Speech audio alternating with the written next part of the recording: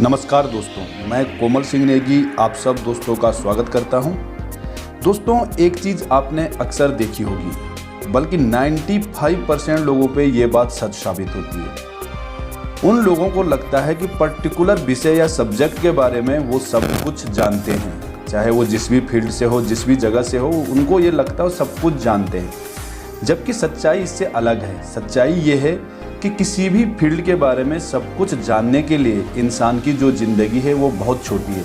बावजूद इसके जब उनसे कोई भी बात करता है उस सब्जेक्ट के बारे में, तो वो उसकी बात को न तो रिसर्च करते, न उसकी सच्चाई जानने की कोशिश करते और सिरे से उस बात को पूरी तरह से नकार देते हैं, क्योंकि उनको लगता है कि उनको इस चीज़ की संपूर्ण नॉलेज है।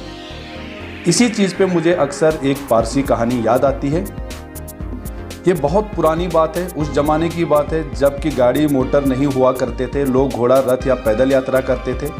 उस समय एक अंधा व्यक्ति को कहीं जाना था, वो यात्रा कर रहा था और बीच में एक मरुस्थल यानी कि रेगिस्तान पड़ता था जिसको कि उसे पार करना था।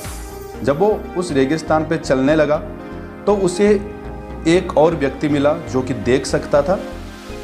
दोनों साथ चलने लगे। चलते चलते दोनों में अच्छी मित्रता हो गई। फिर रात हो गई और दोनों एक पेड़ के नीचे सो गए।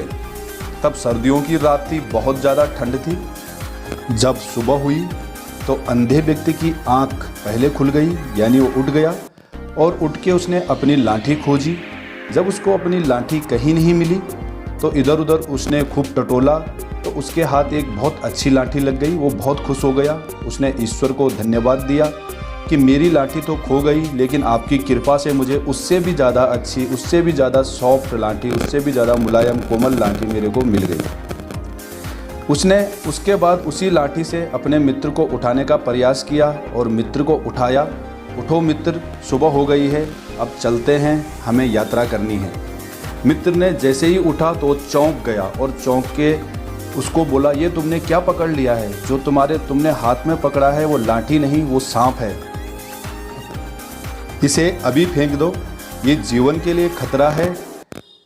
अंधे व्यक्ति ने बोला, मित्र, इतने दिन से मेरे साथ यात्रा कर रहे हो, लेकिन मैं अंधा जरूर हूँ, लेकिन मैं नासमझ नहीं हूँ, मैं समझदार हूँ और मैं जानता हूँ कि जो मेरे हाथ में है वो लाठी है और तुम ईर्ष्या के कारण से इसे फेंकने को कह रहे हो ताकि मैं इस लाठी को फेंकूं और इसे तुम उठा लो।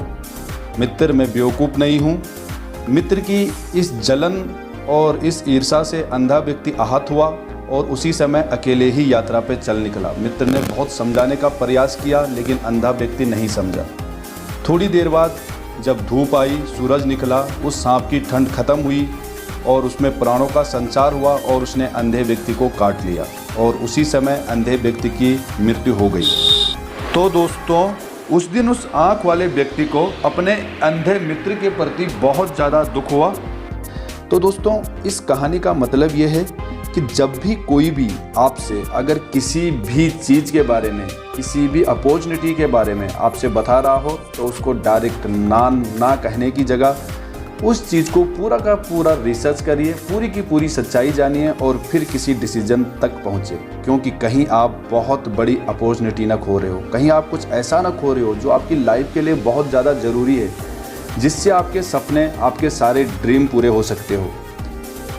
दोस्तों, इसी के साथ आपका दोस्त कोमल सिंह नेगी आपसे इजाज़त चाहेगा।